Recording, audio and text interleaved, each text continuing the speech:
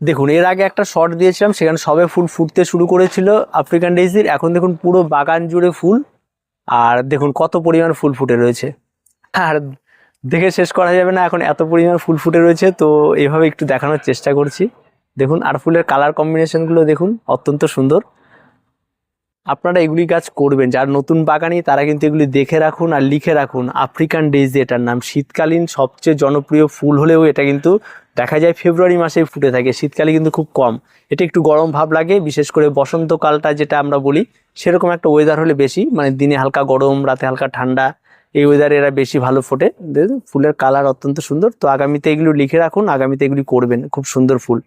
তার কিছু বলার নেই, আপনারা এগুলি দেখে চিনতেই পারছেন। আমাদের এখানে আপনারা প্রপার কেয়ার পেয়ে যাবেন আমাদের চ্যানেলে, সমস্ত বিষয় সমস্ত কিছুতে, এবং আপনার কাছে ফুল কখনো মিস যাবে না, গাছ সবসময় যেন ভালো হবে।